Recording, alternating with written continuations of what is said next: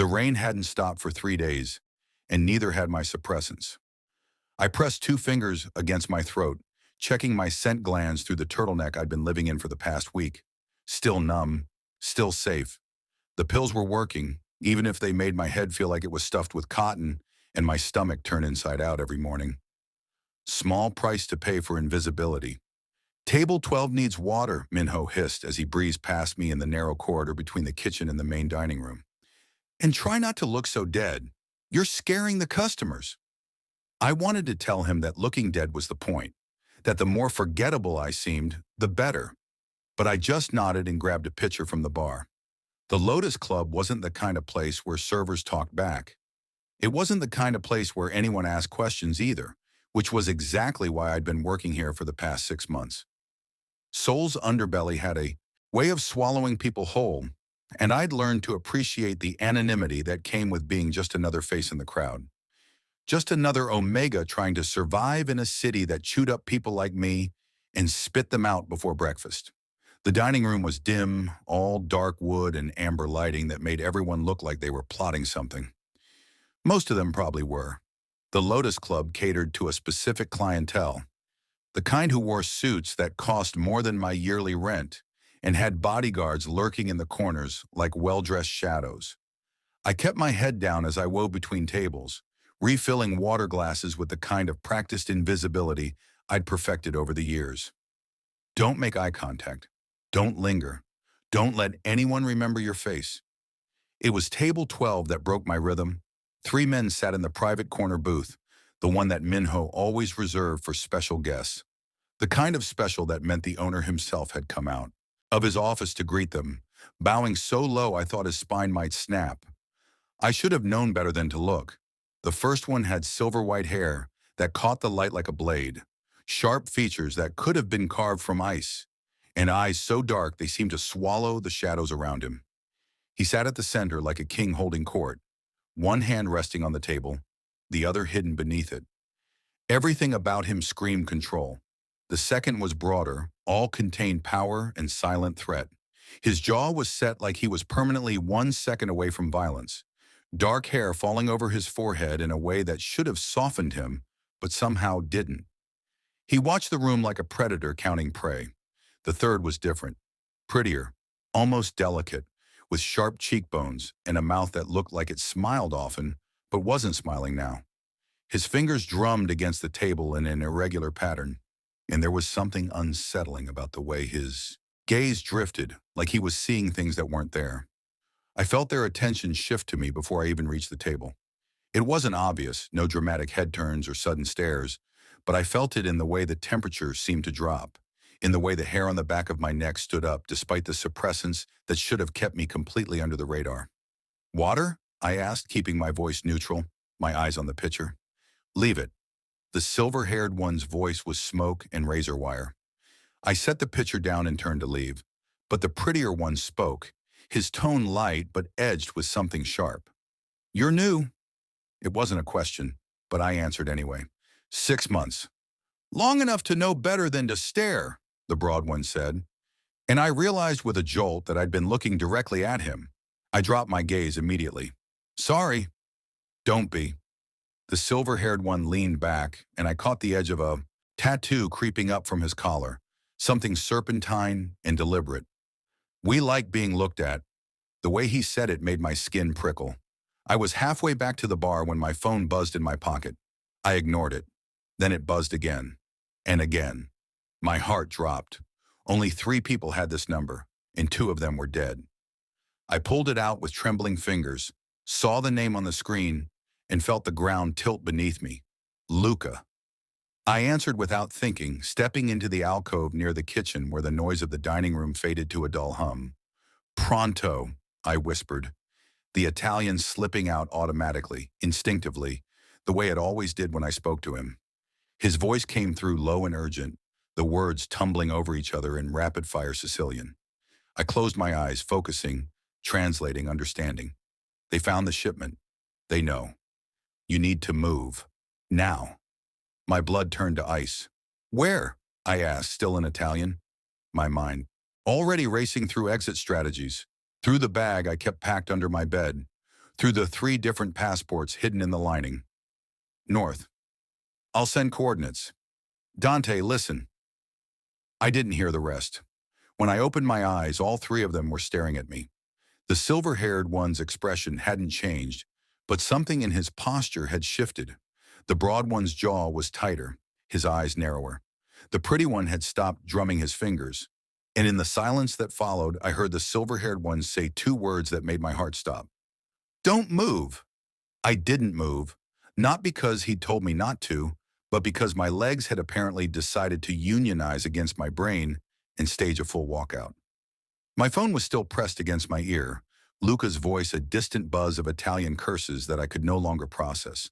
The silver-haired one stood first, unfolding from his seat with the kind of fluid grace that made expensive suits look like weapons. He didn't walk toward me so much as he arrived, closing the distance between us in 3 strides that felt both too fast and inevitable. End the call, he said. His voice was quieter up close, but somehow that made it worse. Like he didn't need to raise it to be obeyed. I should have hung up, should have smiled, apologized, played dumb. Instead, my mouth opened and said, I'm a little busy right now. His eyebrow lifted a fraction of an inch. Behind him, the pretty one made a sound that might have been a laugh or a cough. The broad one just stared at me like I'd grown a second head. Dante, Luca's voice crackled through the speaker, sharp with alarm. Dante, Chie? Who's there? The silver-haired alpha tilted his head slightly, his eyes never leaving mine. Dante, he repeated, tasting the name. Italian? Tourist, I said, which was possibly the stupidest lie I'd ever told, considering I just had an entire conversation in fluent Sicilian. Hang up, he said again, and this time there was something underneath the words that made my hindbrain scream alpha, even through the suppressants clouding my system. I ended the call. Good. He held out his hand, palm up. Now give me the phone. I don't think so. The words came out before I could stop them, which was becoming a concerning pattern. My therapist back in Rome would have had a field day with my self-preservation instincts, or lack thereof. The pretty one definitely laughed that time. I like him. You like everyone, the broad one muttered. Not true, I have very discerning taste. The pretty one leaned forward, propping his chin on his hand. What's your name, gorgeous? Not interested in sharing, I said, shoving my phone back into my pocket. My hand was shaking. I hoped they couldn't see it. The silver-haired one's eyes narrowed fractionally. You work here. Brilliant. Observation skills. Do you solve crimes too? Or is that just a hobby? The temperature in the alcove dropped about 10 degrees. The broad one stood up, and I realized exactly how much space he took up when he wasn't sitting down. A lot. An alarming amount. Careful, the silver-haired one said softly. My patience has limits. So does my tolerance for cryptic alpha posturing, but here we are. I crossed my arms, which was absolutely a defensive gesture, and probably fooling no one, but it made me feel slightly less like prey. Did you need something, or are you just practicing your intimidation routine? We need, the pretty one said, standing as well and effectively boxing me into the alcove, to know who you were talking to and why you speak Italian like a native when your file says you're from Busan. My file. The words hit me like cold water. I don't have a file. Everyone in this building has a file, the broad one said. His voice was deeper than I'd expected, rougher. Owner's paranoid, runs background checks on every employee. Finds it interesting, the silver-haired one added, when those backgrounds don't quite add up. My mind raced. The fake documents I'd used to get this job had cost me 3 months' savings and were supposed to be bulletproof. Either they weren't as good as promised, or these 3 had access to resources that went beyond a simple background check. So what? I kept my voice light, casual. I studied abroad, picked up some Italian. It's not exactly a crime. No, the silver-haired one agreed. But lying to alphas who could make you disappear before your next shift starts? That might be. The threat hung in the air between us, and I felt something shift in my chest. Not fear exactly, more like recognition. I'd heard threats before, real ones, the kind delivered with smiles and followed by bodies in rivers. These 3 were dangerous, But they weren't trying to kill me. Yet. Why do you care, I asked, genuinely curious now. I'm just a server. You're clearly not. The pretty one's smile widened. Good instincts. Terrible survival skills, the broad one countered. The silver-haired one studied me for a long moment, and I got the uncomfortable sensation that he was seeing past the suppressants, past the careful walls I'd built, straight down to whatever I was hiding underneath. Come with us, he said finally. Hard pass. That wasn't a request. Funny because it sounded like one. I glanced toward the main dining room, where Minho was gesturing frantically at me from behind the bar. I have tables to serve. Not anymore. The silver-haired one pulled out his phone, typed something quickly, and my pocket buzzed. When I checked, there was a notification from the scheduling app the restaurant used. Shift canceled. Report to private room 7. Now. I looked up at him. You can't just... I can. His smile was thin and sharp as a knife's edge. And I did. Now move. The broad one stepped aside just enough to create a path, and the pretty one gestured toward the hallway with a flourish that would have been charming if it wasn't also clearly hurting me like livestock. I could run, should run. Luca's warning was still ringing in my ears, and every instinct I'd honed over 6 months of hiding was screaming at me to bolt. But there was something about the way the silver-haired one was looking at me, something that felt less like a trap and more like a test. So I started walking, and they followed, 3 shadows at my back, heavy as fate. Private room 7 smelled like leather, expensive whiskey, and something else I couldn't quite place. Something that made the suppressants in my system flutter weakly, like they were trying to remember what they were supposed to be blocking. The room itself was smaller than I'd expected, more intimate. A single table dominated the center, surrounded by plush chairs that probably cost more than my monthly rent. The walls were lined with dark wood paneling, and there were no windows. Only one door, the one I'd just walked through, the one the broad alpha was now standing in front of, arms crossed. Sit, the silver-haired one said, gesturing to one of the chairs. I remained standing. I'm good here. You're really committed to this whole defiance thing, aren't you? The pretty one circled around to lean against the table, studying me with open curiosity. It's adorable. I'm going for intimidating, actually, but I'll take adorable as a consolation prize.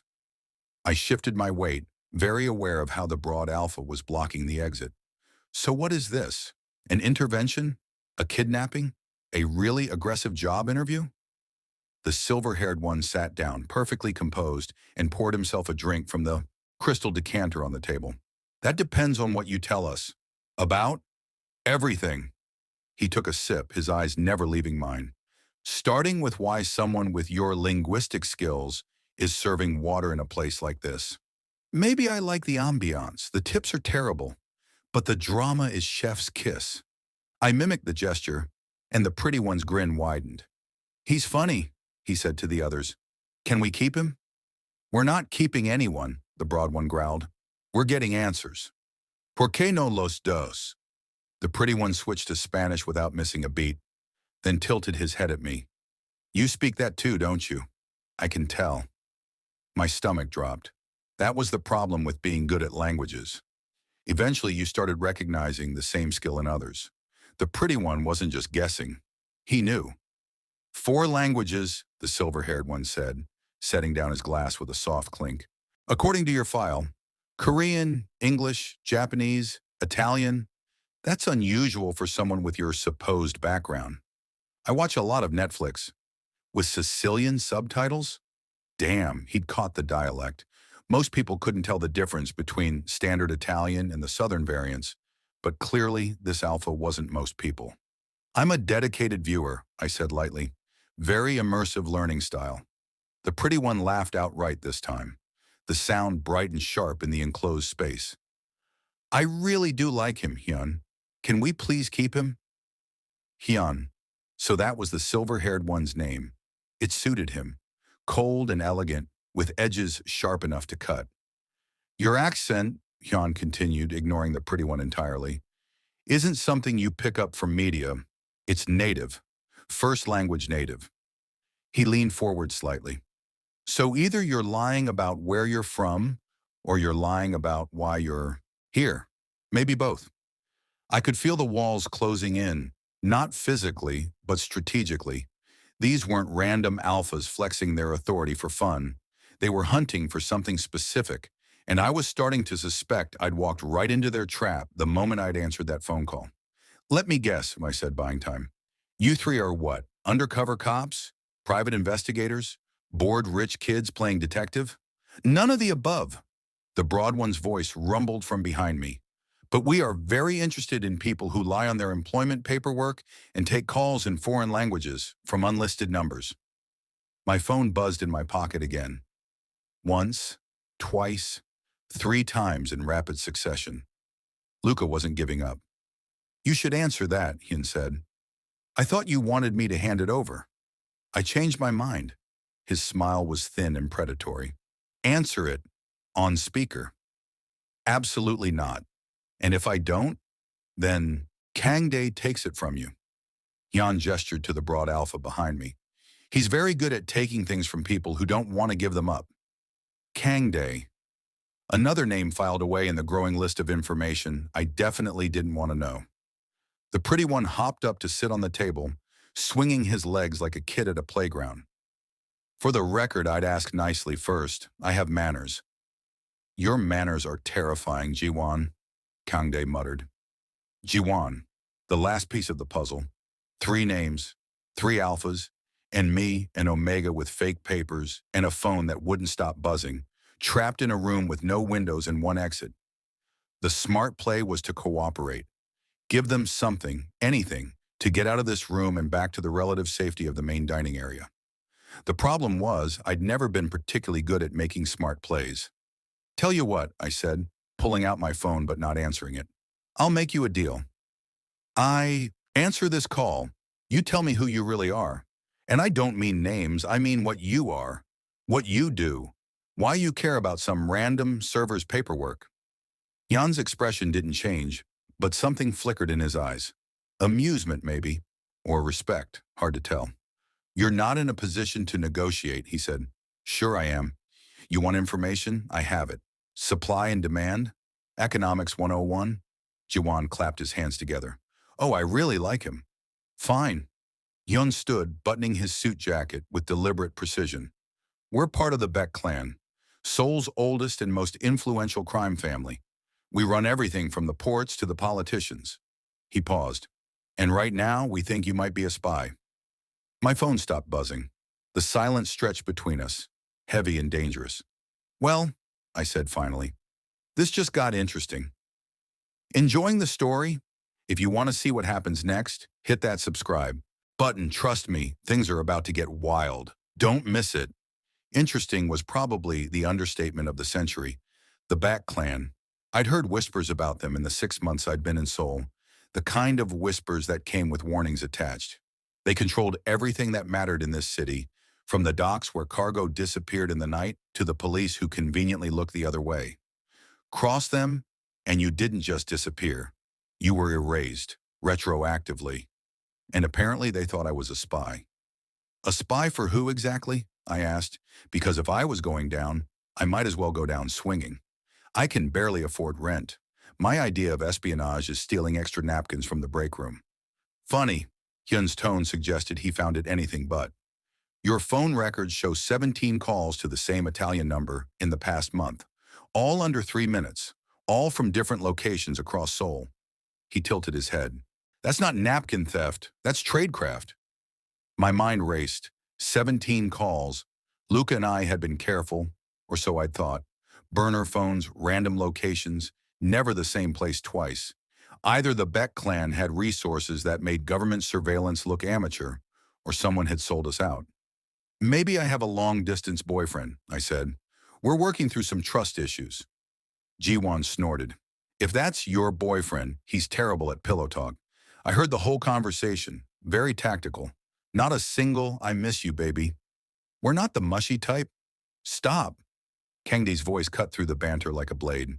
He moved closer, and I felt the space shrink around me. You're stalling. We know you're not just a server. We know the papers you used to get this job are fake. Quality fakes, but fake. He stopped directly in front of me, close enough that I had to tilt my head back to maintain eye contact. And we know that call wasn't about trust issues. The suppressants were definitely weakening. I could smell him now, just barely. Cedar and gunpowder, dark and overwhelming. My hindbrain wanted to bare my throat, submit, make the predator go away. My frontal lobe told my hindbrain to shut up and focus. Okay, I said, taking a calculated risk. You're right. I'm not just a server, but I'm not a spy either. At least not the kind you're thinking of. Enlighten us. Yon gestured with his glass. We have all night. I didn't. Luca's warning was still ringing in my ears. They found the shipment. You need to move. Now. Every minute I spent in this room was a minute I wasn't getting the hell out of Seoul. But maybe, just maybe, I could use this. I'm a courier, I said, which was technically true. I move information, documents sometimes, nothing physical, nothing illegal, just data that needs to get from point A to point B without being intercepted. For who? K.J demanded. People who pay well and don't ask questions. I met his gaze. Kind of like you, I'm guessing. Ji-won laughed again, bright and delighted. Oh, he's good. Yon, he's really good. Yon wasn't laughing. He was watching me with the kind of focus that made my skin prickle. A courier who speaks 4 languages and uses Sicilian dialect. How convenient. I'm very good at my job. I don't believe you. I don't particularly care. The words came out sharper than I'd intended, and the temperature in the room dropped several degrees. K.J shifted his weight, Ji-won stopped swinging his legs, and Hyun's expression went from calculating to dangerous in the space of a heartbeat. You should, Hyun said softly, because right now the only thing keeping you in this room instead of the river is my curiosity, and I'm rapidly running out of it. My phone buzzed again. Once, twice, 3 times. Luca's emergency signal. My chest tightened. Emergency meant immediate danger. It meant whatever had happened with the shipment was escalating faster than expected. It meant I was out of time. Answer it, Hyun said again, and this time his voice carried the full weight of his authority. Alpha command, the kind that made omegas fold without thinking. I felt it trying to sink hooks into my brain, trying to make me comply. The suppressants dampened it, but not enough. Not anymore. My hand moved toward the phone almost on its own, and then something else moved. The water glass on the table, just a fraction of an inch, a tiny shift that no one should have noticed, except they did. All 3 of them went very, very still. Did that just... Ji-won trailed off, staring at the glass. I froze. No, not now. Not here. Not in front of them.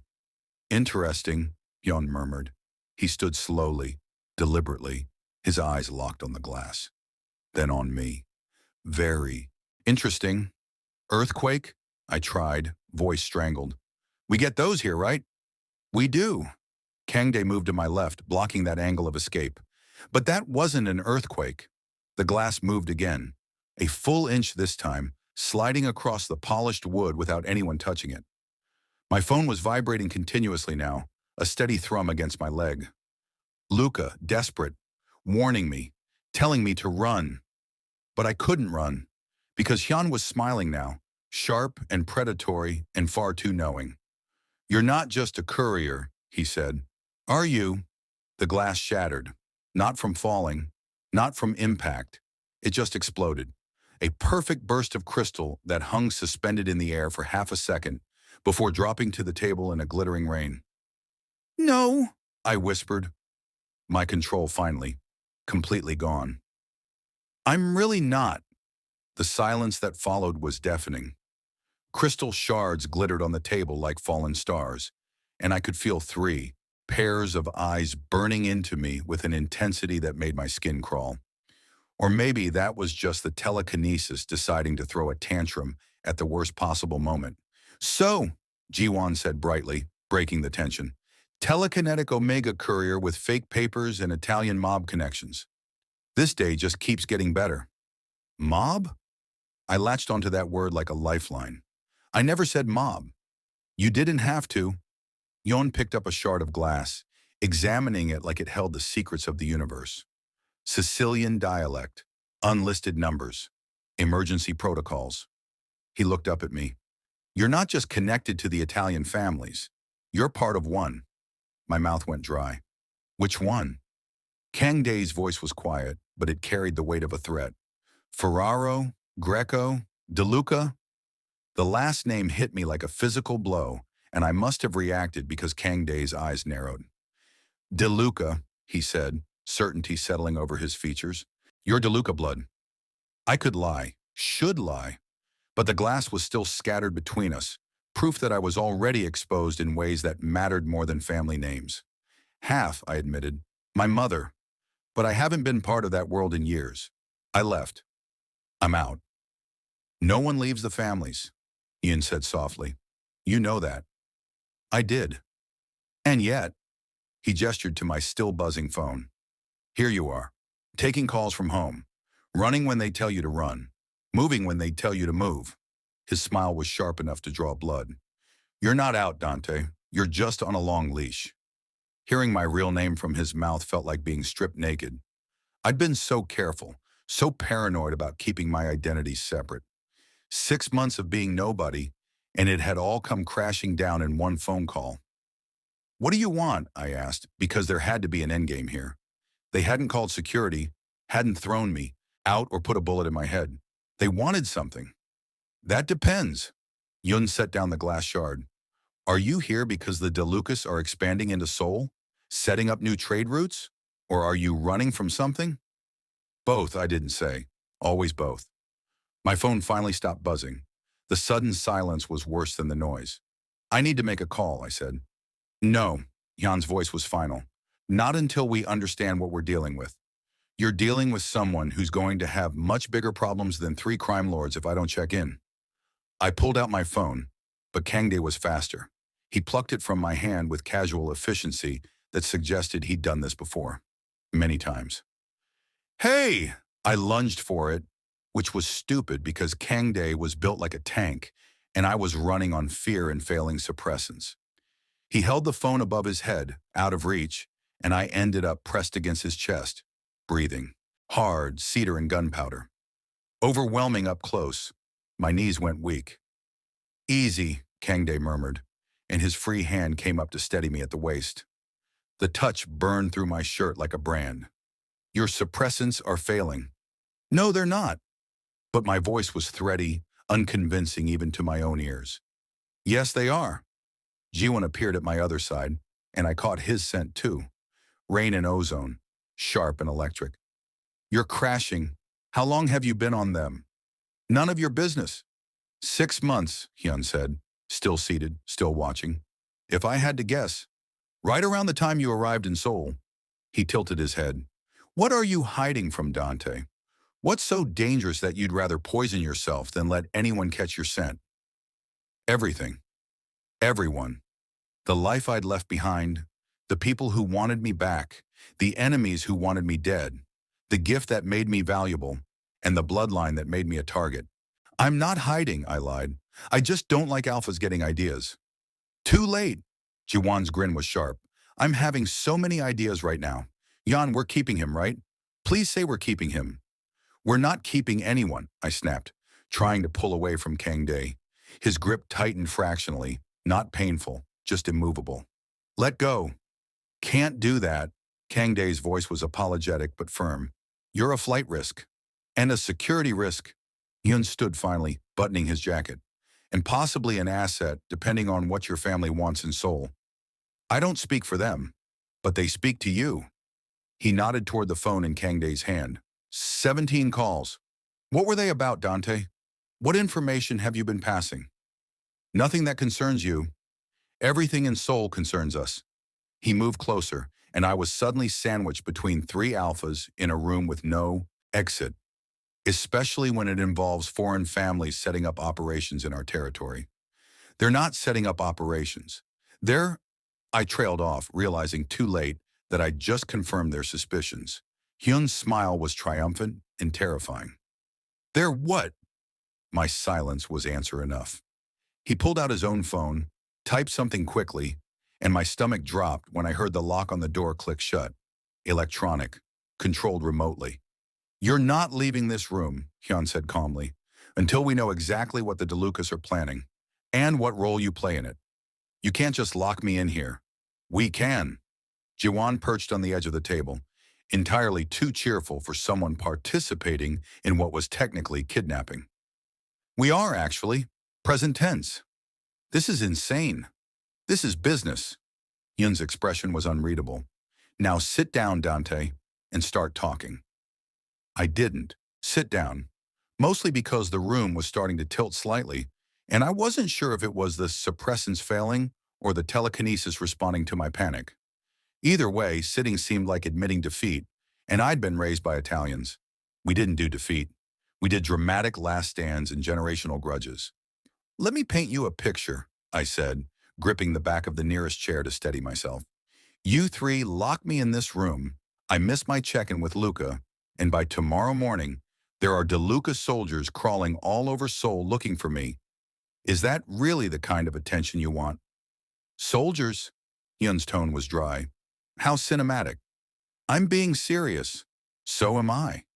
He moved closer and I fought the urge to back up. "If the DeLucas care enough to send soldiers, then you're more important than you're pretending to be, which makes you exactly the kind of person we need to have a conversation with. I'm a courier. I already told you. You're a telekinetic omega from one of the 5 Italian families, working under a fake name in a restaurant that happens to be in Beck territory." Jiwon counted off on his fingers. "That's not a courier. That's a plant, or a spy, or someone with a death wish." "Option 3, I muttered. Kangdi made a sound that might have been a laugh, quickly stifled. When I glanced at him, his expression was carefully neutral, but there was something in his eyes that looked almost like understanding. "You're running," he said quietly. "Aren't you?" The question hit different coming from him, less accusatory, more curious. "Everyone's running from something," I deflected. "Not everyone runs to Seoul." Hyun picked up the decanter, poured another drink. "Not everyone chooses to hide in the territory of a rival organization. Unless they're desperate." He took a sip. "Or clever." I'll take clever as a compliment. It wasn't one, but his mouth curved slightly, which I was learning meant something with him. Amusement, maybe, or respect. Hard to tell when his default expression was carved ice. My head swam. The room definitely tilted that time, and I gripped the chair harder. Kangdae noticed because apparently nothing got past him. "When did you last eat?" he asked. "Breakfast." "It's past midnight." "Then I'm fashionably fasting." The joke fell flat even to my own ears. My stomach chose that moment to growl, loud enough that all 3 of them heard it. Jiwon laughed. "Okay, new plan. We feed him, he talks, everyone wins." "I'm not hungry." "Liar." Jiwon was already pulling out his phone. "Korean or Italian?" "Wait, stupid question. I'm ordering both." "I don't want your food." "You want to pass out from low blood sugar while your suppressants fail?" Hyun asked. "Because that's the alternative. And trust me, you don't want to experience heat crash in a locked room with 3 alphas." The words sent ice down my spine. He was right. I could feel the suppressants breaking down, feel my body's natural chemistry trying to reassert itself. If I crashed here, now, with them... "Fine," I bit out. "Food, but then you let me make one call, just one, to let them know I'm alive." "No." Yeon's response was immediate. "Not until we know what you're telling them. I'll put it on speaker. You can listen to every word." He considered this, swirling the amber liquid in his glass. "What will you say?" "That I'm delayed. That I'll contact them tomorrow with a new timeline." I met his eyes. That's it. No codes, no hidden messages. Just enough to keep them from panicking and sending half of Naples to Korea. "Naples?" Kangdae's voice sharpened. "I thought you were Sicilian." "Damn. My mother's side is Sicilian. My father's from Naples. It's complicated." "Family always is." Jiwon looked up from his phone. "Okay, food's ordered. Should be here in 20 minutes. Now about this call." "After he eats," Hyun said, "and after he explains exactly what the DeLucas are doing in Seoul. All of it." The room spun harder. I blinked, trying to clear my vision, but everything had gone slightly fuzzy at the edges. My knees buckled. K.J caught me before I hit the floor, his arms banding around my waist with surprising gentleness for someone his size. Easy, I've got you. I'm fine. But I wasn't. My body was finally staging a full rebellion against 6 months of chemical suppression, and it was choosing the worst possible moment to do it. You're crashing. His voice was low, calm. Jiwon, get water. Hyun, dim the lights. I don't need... But I did. God, I did.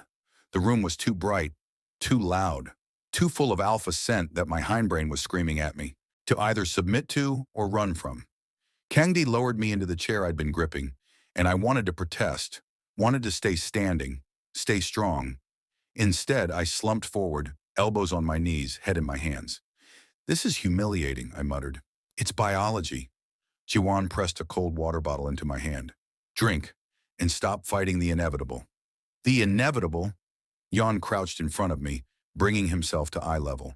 His scent washed over me, and through the failing suppressants, I caught something underneath the usual alpha musk.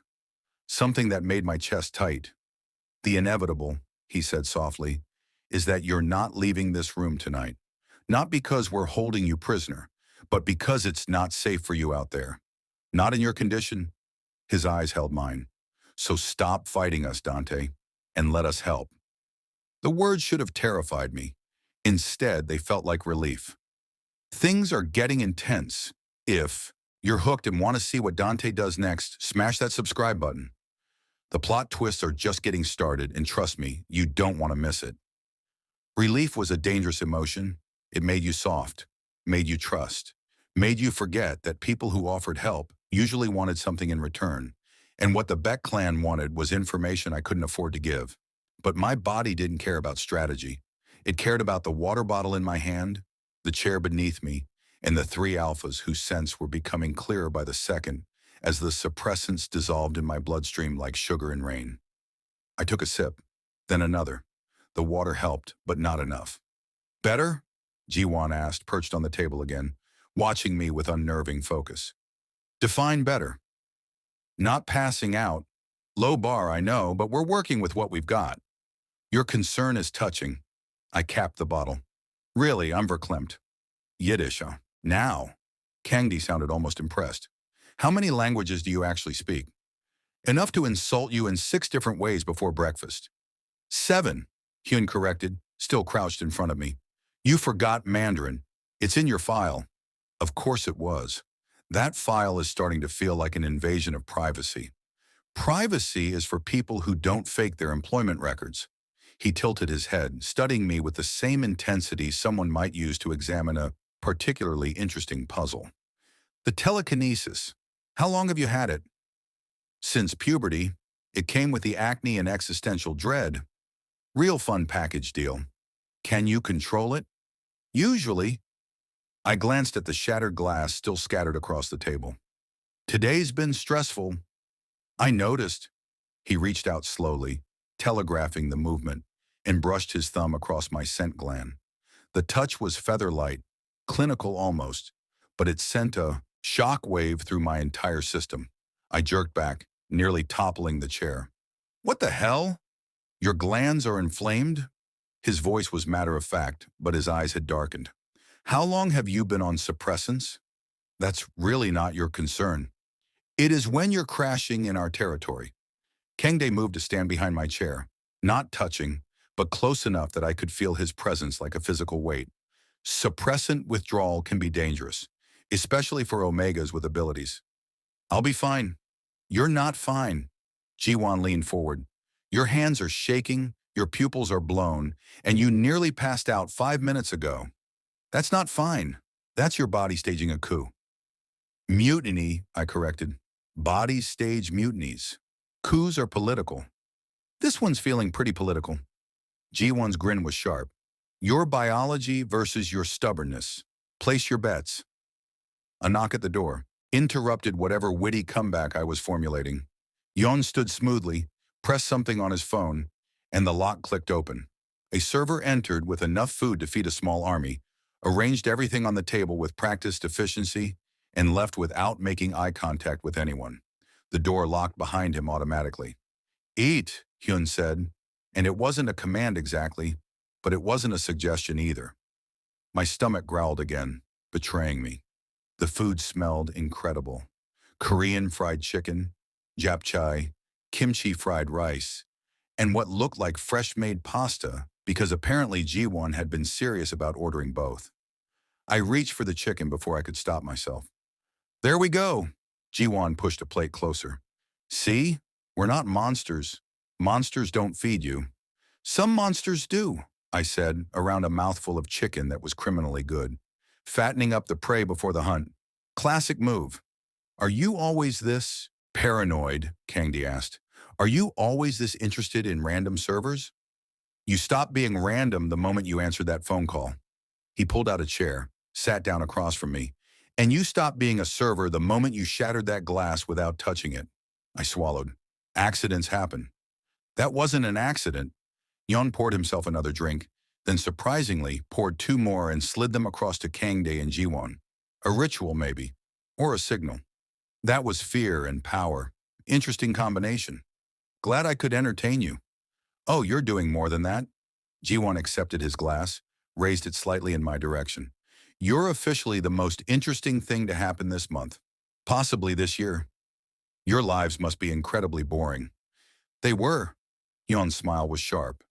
Until about an hour ago. I ate in silence for a moment, trying to regain some equilibrium. The year food helped. So did the fact that none of them were actively threatening me anymore. They'd shifted from interrogators to something else. Something I couldn't quite define. Protectors, maybe, which was absurd. The call, I said finally, setting down my fork. Can I make it now, before Luca has an aneurysm and sends actual soldiers?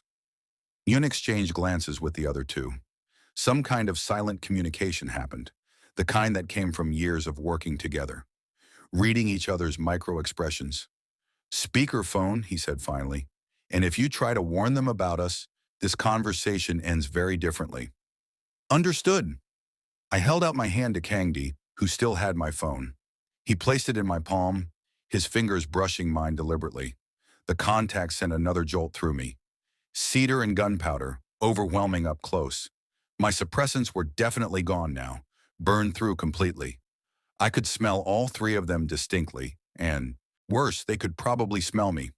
I pulled up Luca's number, hit dial, put it on speaker. He answered on the first ring. Dante. His voice was sharp with worry and anger. Where the hell have you been? I've been calling for 2 hours. I know, I'm sorry. I got held up. Held up how? Are you safe? Are you compromised? I looked at Yoon, who was watching me with those cold, calculating eyes. Define compromised, I said. The silence on the other end was deafening. Then Lucas said something that made my blood run cold. They found him, Dante. They found Marco. He's coming for you. Marco.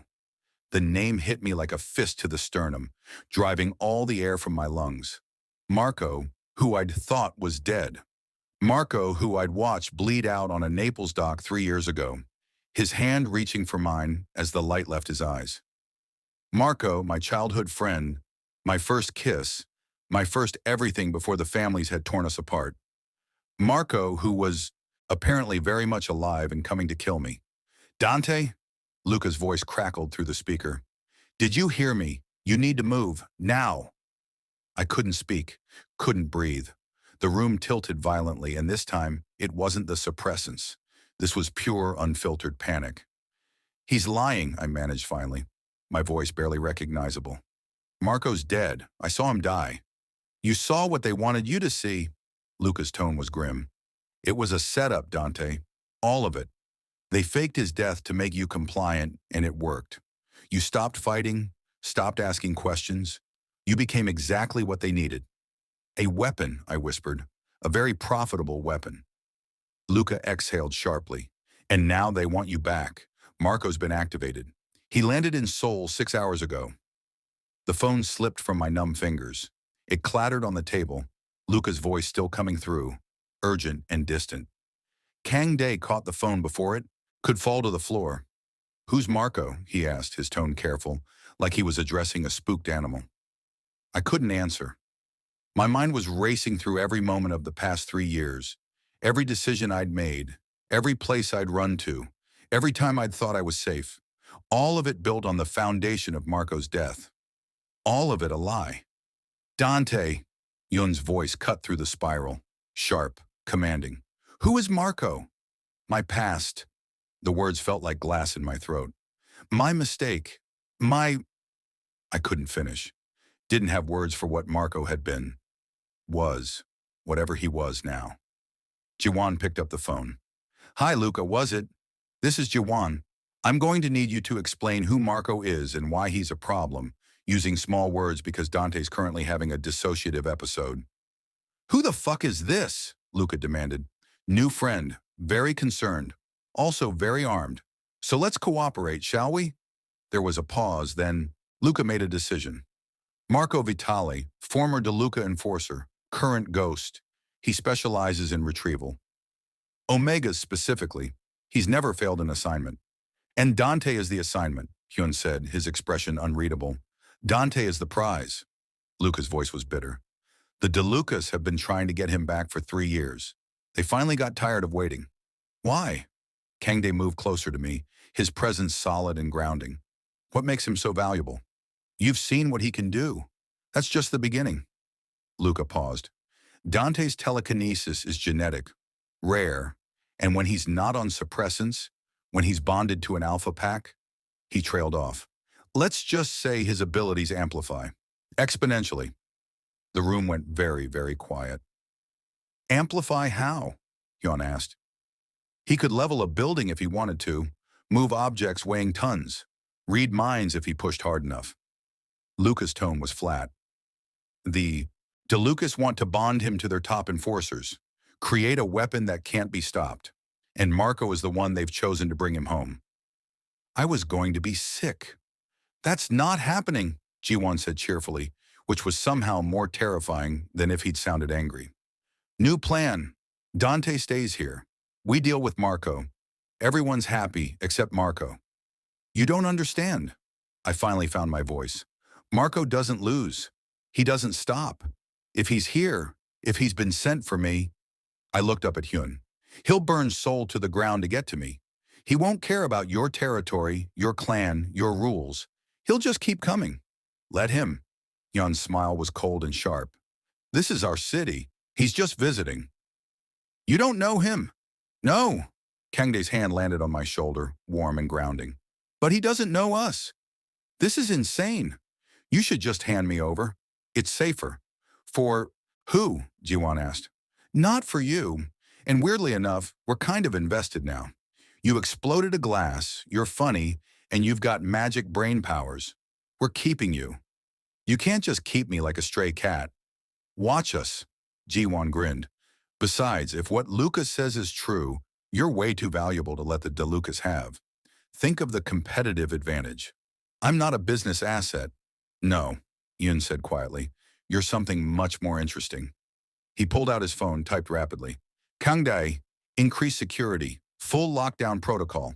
Jiwon, contact our people at the airport. I want to know the moment Marco Vitali surfaces. On it. Jiwon was already moving, phone to his ear. Wait. I stood, swaying slightly. You can't fight the DeLucas? They'll declare war. They already did. Hyun's eyes met mine. The moment they sent someone into our territory without permission, the moment they tried to take what's ours. I'm not yours. Not yet. His smile widened fractionally. But you're in our territory, under our protection, and that makes you our responsibility. He moved closer, his scent wrapping around me like a physical thing. And the Beck clan doesn't give up what's ours. Ever. This is a mistake, I whispered. Probably. Kangdae's hand was still on my shoulder, steady and sure. But we're very good at making mistakes work in our favor. My phone buzzed one final time. A text from Luca. He knows where you work. Get out, now. I looked up at Hyun. He's coming here tonight. Good. Hyun's smile was all teeth. Let him come. The Lotus Club cleared out in under 10 minutes. I watched from the window of private room 7 as staff evacuated through back exits. Guests ushered out with apologies and vouchers, the dining room emptying like someone had pulled a fire alarm. Except this wasn't a drill. This was the Baek clan preparing for war. You didn't have to do this, I said, my reflection ghostly in the glass. Behind me, Hyun was on his third phone call in as many minutes, his voice low and controlled as he issued orders in rapid Korean. Yes, we did. Kangdae appeared at my shoulder, close enough that his scent enveloped me. Cedar and gunpowder and something else now. Something protective. Civilians don't need to be here for what's coming. What is coming? But I knew. I'd seen Marco work before, seen the aftermath of his retrievals. He didn't do subtle. He did efficient and brutal and final. Whatever it is, we'll handle it. Jiwon was checking a gun with the kind of casual competence that suggested he did this often. Too often. How dangerous is this Marco guy, really? Scale of 1 to 10. 15. I turned away from the window. He's a 15, and that's on a good day. Sexy. Jiwon grinned at my expression. What? Danger is hot. It's a whole thing. It's a therapy thing, Kangdae muttered.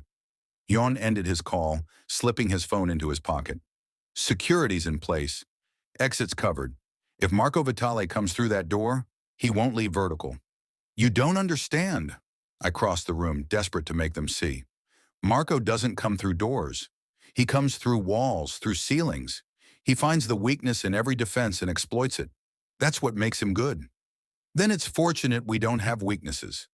Hyun's confidence was absolute, unshakable. It should have been reassuring. Instead, it terrified me because I knew what happened to people who underestimated Marco. They died. My phone buzzed. Unknown number. I answered without thinking. Ciao, Dante. Marco's voice was exactly as I remembered. Warm honey over razor blades. Miss me? My blood turned to ice.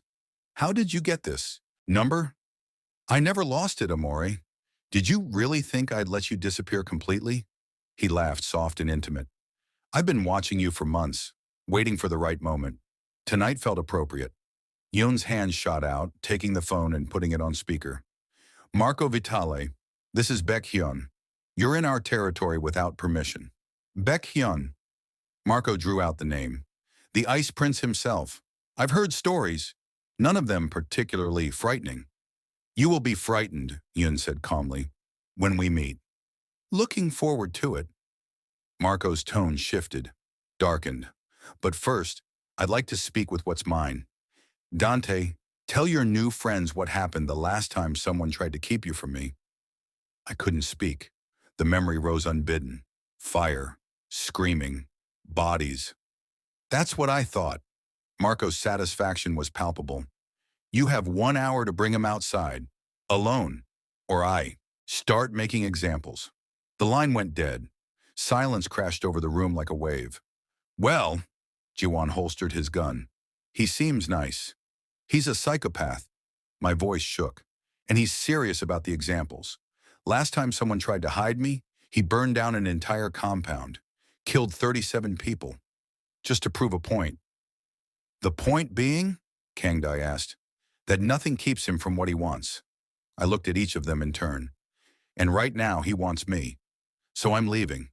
I'm going out there, and you three are going to pretend you never met me. No. Yun's response was immediate and absolute. You don't get a vote. Yes, I do. He moved closer, and suddenly the room felt impossibly small. You're in our territory, under our protection.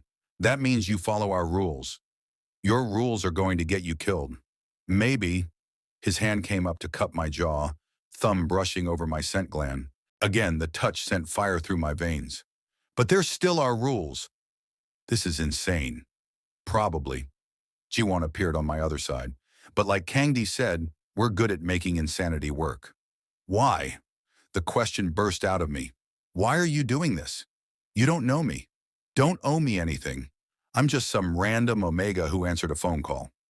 You stop being random, Hyun said softly, the moment our sense recognized yours. The words hung in the air between us, heavy with meaning I didn't want to examine. That's not possible. I'm on suppressants. You were on suppressants. Kangdae's voice was gentle. They're gone now. Have been for the past hour. And your scent? He inhaled deeply. Rain and ozone and something electric. Something that calls to us. All three of us, Jiwan added, which has literally never happened before. My heart was hammering so hard I thought it might break through my ribs. You're saying we're compatible. We're saying, Hyun murmured, his face inches from mine, that you're ours. Pack bond compatible. All four of us. His eyes held mine. And we don't let go of what's ours. Before I could respond, the lights went out. Emergency lighting kicked in, bathing everything in red. And through the window I saw him, Marco, standing in the street below, looking directly at me. He smiled. Then he raised his hand, and the building shook. He's breaching, Kangdae said, weapon drawn. Hyun's grip on my jaw tightened. Dante, listen to me very carefully.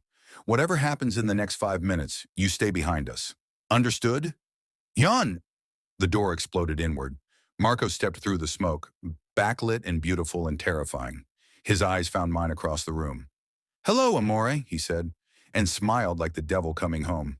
If you're curious to know what happens, next between Dante, the 3 Buck Alphas, and Marco, you need to hit that subscribe button because part 2 is going to be insane and you do not want to miss it.